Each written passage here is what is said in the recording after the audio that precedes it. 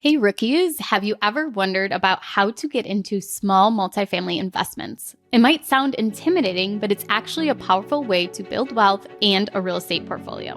A few small multifamilies in there because I love them, and about half are midterms, half are long terms. So that's why we also highly recommend small multifamily. Don't get in over your head, but we love a triplex, we love a fourplex. Today's guests are Amelia McGee and Grace Gudenkoff, and they are returning to the Real Estate Rookie podcast today to give us a breakdown on how to successfully find and finance multifamily properties.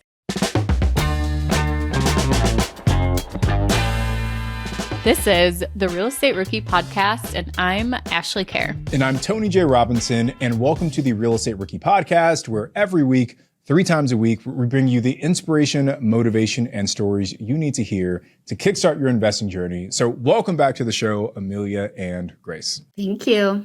Thank you. Amelia, let's start with you, and then we can move to Grace. But give us a brief overview of your real estate background for our listeners if they don't know. Yeah, so if you want the full story, I was on episode 111, but I am an investor in Des Moines, Iowa. I've been doing this for 5 years now.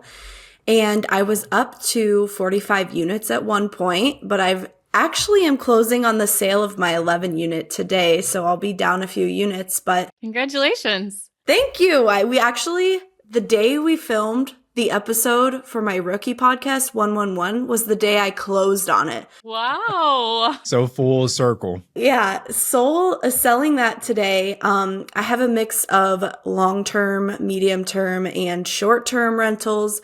Grace and I also wrote the book, The Self-Managing Landlord. We love small multifamily, so we're super excited to talk about it today. Okay, and Grace, why don't you give us a little background on yourself? Hi, yeah, I'm also a gal from Iowa, although I now invest quote unquote out of state because I live in Arizona, but my whole portfolio is in eastern Iowa within a 15-minute radius.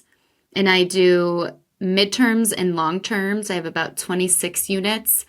A few small multifamilies in there because I love them, and about half are midterms, half are long terms. Well, we are so happy to have both of you back. Let's start off with why someone should get into small multifamily. Why would it be a good strategy for a rookie investor? I feel like small multifamily is actually much less risky than single family homes when you're starting out because you can diversify your risk in the number of tenants that you have paying rent every single month. So with a single family, if that place is sitting vacant, there's absolutely no money coming in. If you have a duplex, triplex, quadplex, you've got multiple sources of income to help offset your expenses. I think a lot of rookies think that small multifamily is scary and that they should just start with a single family, but I actually beg to differ. I think multifamily is definitely the way to go and is less risky, like I said. You also have one lawn, one roof, so you get a little bit of that economic factor in there of that your money goes a lot further. So that's why we also highly recommend small multifamily. Don't get in over your head, but we love a triplex, we love a fourplex. You say don't get in over your head, Grace, and I appreciate that caveat because I think for a lot of rookies who are listening, I think we all understand, in theory, you can kind of mitigate your risk if you have multiple tenants under one roof, right? But in actual execution, the idea of the very first real estate investment that I purchased having 4 or 5, families living under that one roof, it can feel a little intimidating, both from a purchase price perspective. I feel there's just like a common belief amongst rookies that small multifamily is just going to be more expensive than a traditional single family home. And then just the idea of managing those tenants, right? So there's the purchase price aspect and there's the management piece. So I guess let's talk about the purchase price first.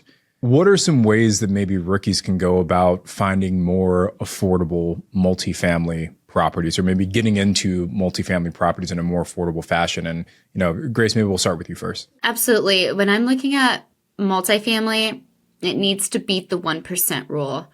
That's first and foremost. And that's because we want it to cash flow. With single family, a lot of times you might be banking on appreciation. With multifamily, you really absolutely has to cash flow, especially because once you get above fourplex, the worth of that home is based on the cap rate, which is based on how much money, and the NOI, which is based on how much money you actually make with the property. So at the very minimum, it might be hard in a lot of markets if you're not in the Midwest, but try to hit that 1% rule. And Grace, can you explain what that 1% rule is? Yep. So if you're buying a property for $300,000, you would hope that it at least rents for $3,000. And this makes sure that you have enough money to put into your pocket and also take care of your tenants for any future CapEx, repairs, maintenance, vacancies.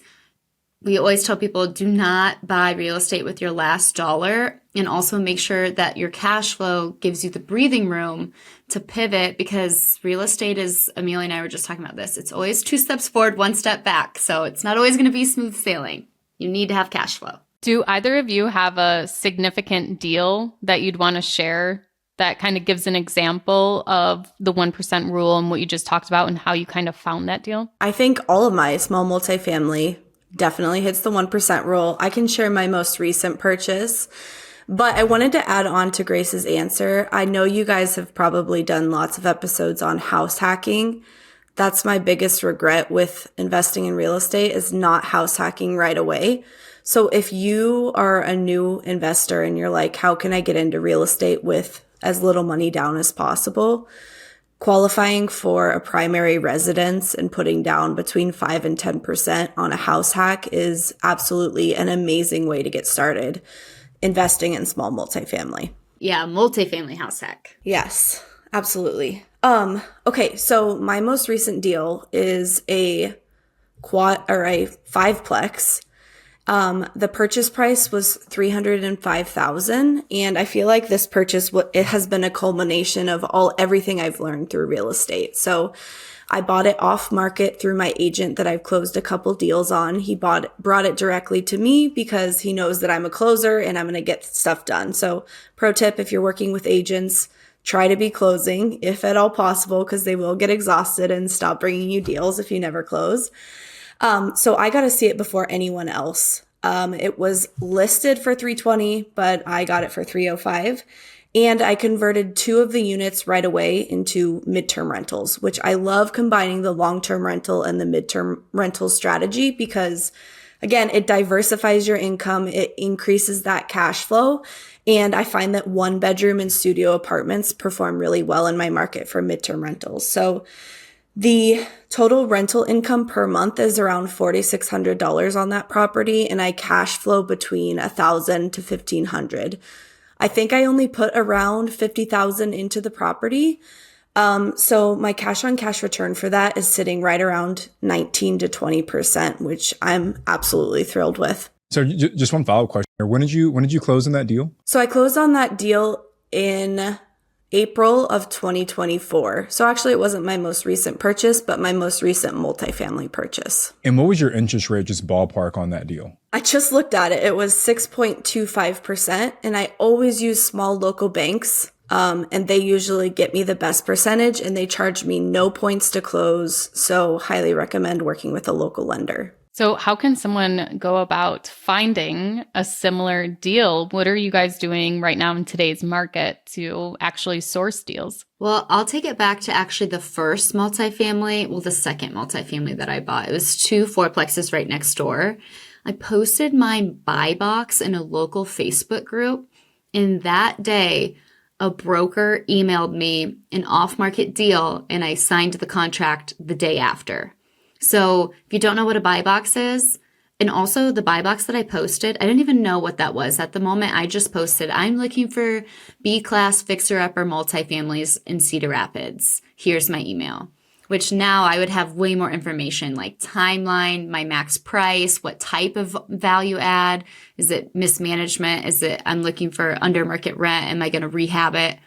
But you have to be shouting your buy box from the rooftops. You just show up to a broker and say, I want to buy a multifamily. That they can't do anything with that. They're going to think you're a tire kicker. When you can show up and say, I'm looking for an 8-unit or smaller under $500,000 and I want to buy it within the next 90 days. They're like, okay, this person's serious. I'm really going to look for them.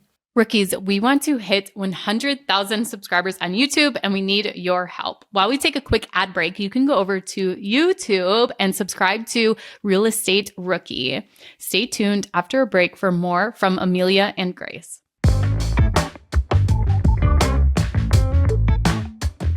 All right, guys, welcome back to the show where we are joined by Amelia and Grace. Let's get into the market analysis piece. And you both are investing in your specific areas, but are you niching down at all for neighborhoods? Are you looking for certain things that are drawing you to different streets or different areas of the cities you're investing in? One thing I've been looking for recently is reading my city's development plan, because I know where all the city money is going and I know where property values are going to rise. And I recently bought a fourplex and a single family within a couple houses of each other on the same street that has a 10-year development plan for hundreds of thousands and millions of dollars for the city to invest there. And so I was able to buy that before the development went in. So I know I'm going to take advantage of all that appreciation and all the investing that goes on there. And also I made sure it cash flowed. One of them was a seller finance deal, and it was all around just a really good investment. So if all else fails, look to see where development is happening.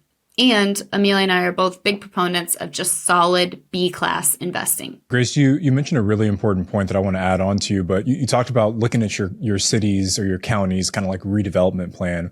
And Ashley and I, we have a good friend, Katie Neeson, who focuses on redevelopment in her town, Bryan, Texas. And that's like a big part of her strategy. She taught me this. Oh, well, there you go. You learn from the best, right? But she had shared a deal with me where the city gave her money on one of the deals that she was working on to help her finish this redevelopment because it aided with this plan that they had for the city. So I literally never even thought about doing that before. But what an untapped kind of source to not only find good deals, but potentially get help from the city to complete your deals. Absolutely. I'm working on a triplex new build that has gone way longer than it should because I just know nothing about building new. But I will be asking the city for tax increment financing, basically saying, will you pay my taxes for 10 years? Because if you don't, I can't do this project. And if I don't do this project, it doesn't match your city development plan. And I'm the perfect candidate to make this happen. It's way more complicated than that, but I learned that from Katie. That sounds very Katie. Yeah. With her charming Southern Texas accent. I love it. How could you say no to Katie? Amelia, what about you? Yeah, I'm doing very similar to what Grace is doing, and I'll give you an example with this 11 unit that we sold today. One of the main reasons why we purchased it was because we loved the location and we knew that it was going to appreciate fairly quickly. There's a large developer in the lot next door who tore down a bunch of old commercial buildings and built brand new luxury. It's got an amazing view of the downtown Des Moines skyline. So when we purchased it in August of 2021, we bought it for $500,000 and we just sold it for $690,000, which isn't quite what we wanted to sell it for, but in 3 years it appreciated $190,000. I don't know what the percentage is on that. Grace is usually a lot better at mental math than I am. Almost 33%. So that was a pretty great appreciation rate because of the location. I think the buyers are going to redevelop that area. And then same thing with the fiveplex that I just purchased is that neighborhood is growing quickly. It's going through gentrification. They're putting a lot of money into the Highland Park area of Des Moines, if you're an Iowa listener. So I like buying in those up and coming areas because in Iowa, you're not going to get a ton of appreciation if you don't buy in an area that's quickly on the up and up. I want to talk a little bit about how you guys are actually finding your deals because Amelia, you mentioned that, one of your deals came from a broker. It was off market.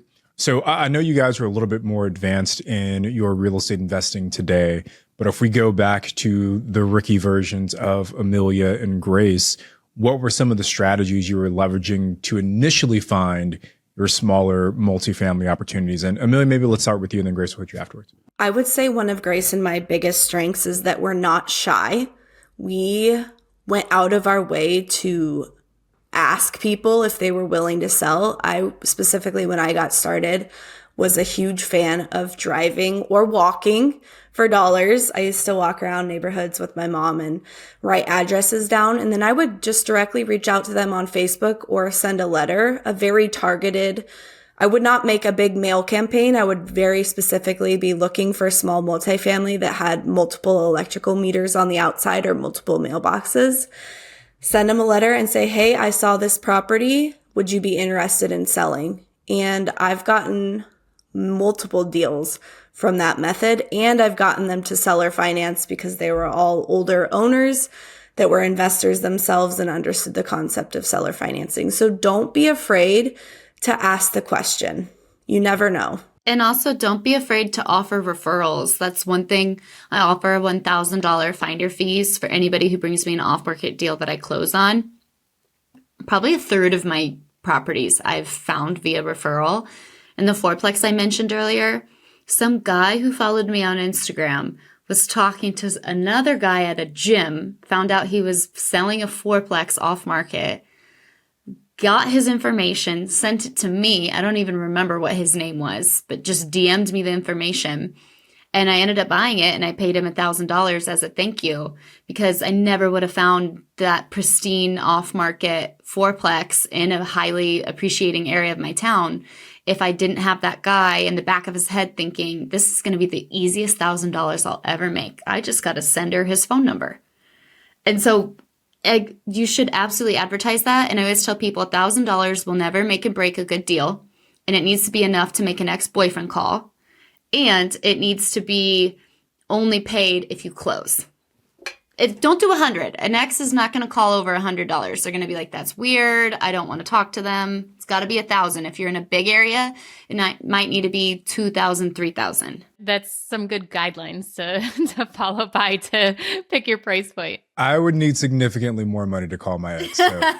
That's always the question. Some people would do it for free. So, Yeah, exactly. Well, once you've found the deal and you found the lead, what is your due diligence process? So what are the things you're doing before you actually get the deal under contract? And then maybe is there more due diligence you're doing once it's under contract? So this is a tricky question for me to answer specifically because I'm always buying fixer-upper properties. I guess I shouldn't say always, but 99% of the time I'm buying a fixer-upper. So I'm waiving inspections. I'm going in knowing that everything's going to need to be done to it. I kind of know what I'm getting into as a more experienced investor. But if you're just starting out, you're going to want to get that inspection report, even for just your own knowledge. And there could be a possibility where things come up and you can negotiate the price. You need to get really good at running the numbers and understanding, will this property cash flow or am I walking into a terrible deal? Grace, what else do you think a new investor should do? With multifamily, the odds of having inherited tenants are significantly higher. So you need to sign an estoppel agreement. That's something we're always harping on our community about is sign an estoppel agreement, even if you feel like you have the tightest lease that has been given to you by the previous landlord, because the estoppel agreement makes sure that you re-verify everything in the lease. And also if there's any special quote unquote handshake agreements. For example, the fourplex I was just talking about, one of the tenants has a side deal to do the lawn care, but it's not on the lease. How am I supposed to know that or honor that or account for that in my projections if I don't know about it? So an estoppel agreement is going to save you.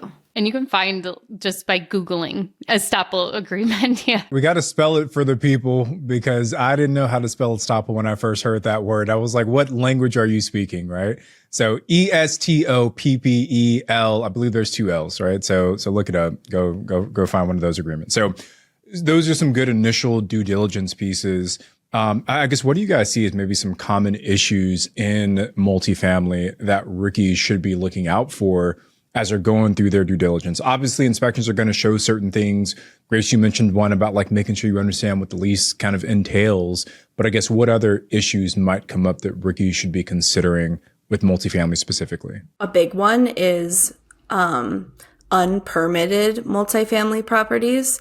So if I've heard of this many, many times where sellers are trying to sell the property as a triplex, but it's only zoned for and permitted as a duplex. And you don't want to buy, something that is going to cause you a lot of issues down the road. Another thing that Grace and I won't buy is what I call like a Frankenstein house or a monster house. Basically, it's a single family conversion that's been converted into a multifamily. That's very common here in the Midwest. We're in an older market. Those just come with a lot of issues. They're wonky. They're kind of shambled together. A lot of time they have a shared HVAC system or a shared water meter, which just adds another level of management to the property. So those are two big things that I would look out for right off the bat. Amelia, one follow-up question to that. The unpermitted additions, why is that a potential issue for a Ricky who would end up buying that deal? Can I answer that? Grace, go ahead. We just had a girl in our Wire community post about how she bought a triplex where it was level 1, level 2, level 3. Level 3 had something funky with the stairs where the permitting on her inspection came back where, this set of stairs can't be locked. Well, if I can't lock the back door to this top triplex unit, I literally can't rent it out. And so her options, I explained that terribly. Basically, it was set up really weird. And she got it inspected by the city because most cities require inspections sooner or later. And they basically told her, you either have to build an entire other staircase to the 3rd level, which is incredibly expensive, or you just can't rent out that 3rd unit. So she bought a triplex, and what do you know? It's really a duplex. That, a third of your income right there, just poof, unless you want to pay for a very expensive remodel. A great example, and I'm glad you could just kind of have it in your pocket, Grace, but to just kind of reiterate for the rookies, the dangers of buying some of these properties with unpermitted units is that you either have to pay to rectify whatever should have been done correctly the first time, or you cannot use that portion of the property. And that now, obviously, there's maybe an opportunity the city doesn't catch on, and you can just kind of keep rolling with it if you want to roll the dice in that way. But, as these things happen, you might be the person who's caught, when the music stops playing. So appreciate that example, Grace. Yeah. And I want to add on to Amelia's point about the utilities. As in, I think it is way better to have a multifamily that has separate utilities. So really going through and make sure each unit does have their own utilities. And then I also like that each person has access to their own mechanics. So the furnace, the hot water tank, things like that. I've had properties before where, the person who's on the first floor has access to the basement, but all the mechanics are in the basement. So if the upstairs tenant has an issue with their hot water tank, we have to bother the downstairs people who aren't having an issue, aren't submitting a maintenance request just to get to the other person's hot water tank. So just for ease of convenience, really understanding the utility separation and where the mechanics are all located within the property too, I think can make a big difference in the management piece of things and less headaches that way. Yeah, one other thing is tenant management is just going to be more because now you have tenants sharing walls, sharing driveways, sharing mechanicals maybe. And so you have to walk a really fine line of providing a really great, safe place to live, but also providing a boundary to your tenants that you are not here as a sounding board for conflict management. They are neighbors. They need to figure it out. And Amelia and I both started in real estate so young that we just learned this through getting burned and trying it. And maybe a tenant yelled at us here and there. And you just have to have good boundaries and good expectations when you do buy the property or place a tenant of this is how things are going to go. And then I'd also say to mitigate some of that is just hire out lawn care, hire out snow removal. Don't try to have tenants do it or share it because that's just a recipe for a fight. Yeah. So Grace, any other final thoughts just from your perspective about maybe some other common issues that rookies should be looking out for as they're looking to buy their first multifamily deal? Just keep in mind that you're going to have more tenant management. Make sure you completely understand which utilities are shared and which aren't shared. And the rest, Amelia, can you think of anything else? No. One thing that I would say is the parking situation too, that you understand the parking.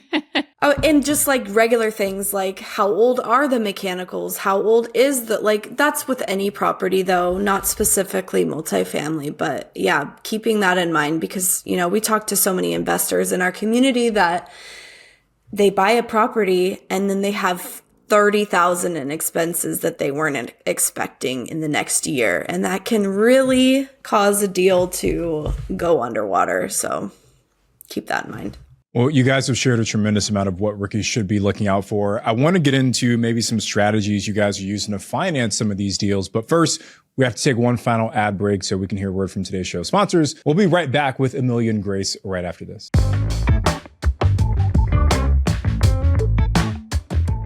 Okay, let's jump back in. All right, guys, so we're jumping back in with Amelia and Grace here. So we've talked a little bit about your acquisition strategies, your due diligence.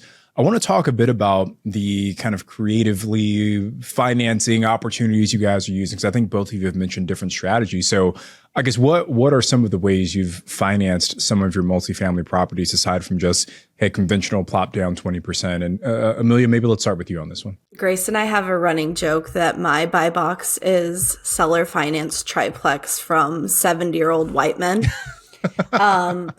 Because I've purchased my third of these at this point, and it's my favorite way to purchase. They're all BRRRR properties.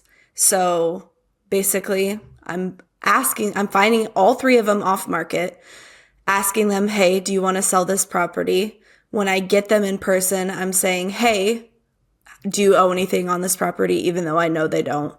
When they say no, like, hey, would you be willing to sell or finance so you can, spread out your taxes over multiple years? Old farmers in Iowa love to, not pay their taxes, pay as little taxes as possible. So they love this, right? So yeah, basically just presenting the offer to them. There's a little back and forth usually on, interest rate, percentage down, how long it'll take for me to pay it back. But it all starts with just asking the question. First, hey, are you even interested in selling? This is an off-market property.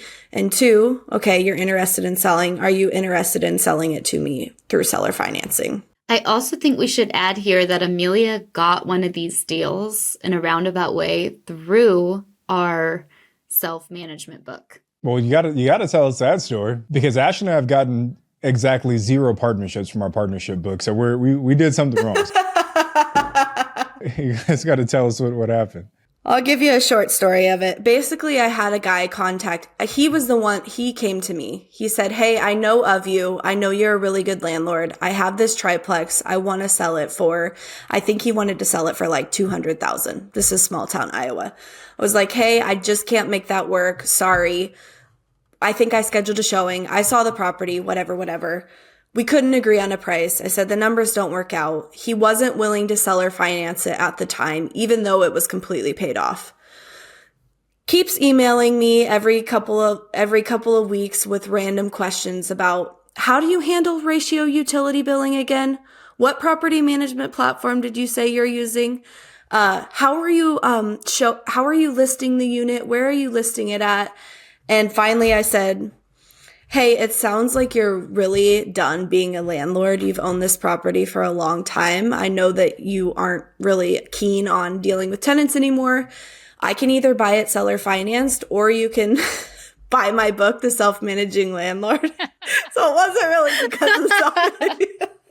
When I said, I can't basically keep answering your questions, like you clearly are not really wanting to be a landlord anymore. And so he's like, okay, fine, I'll seller finance it to you. And so then we worked it out. He's like, I'm not reading it.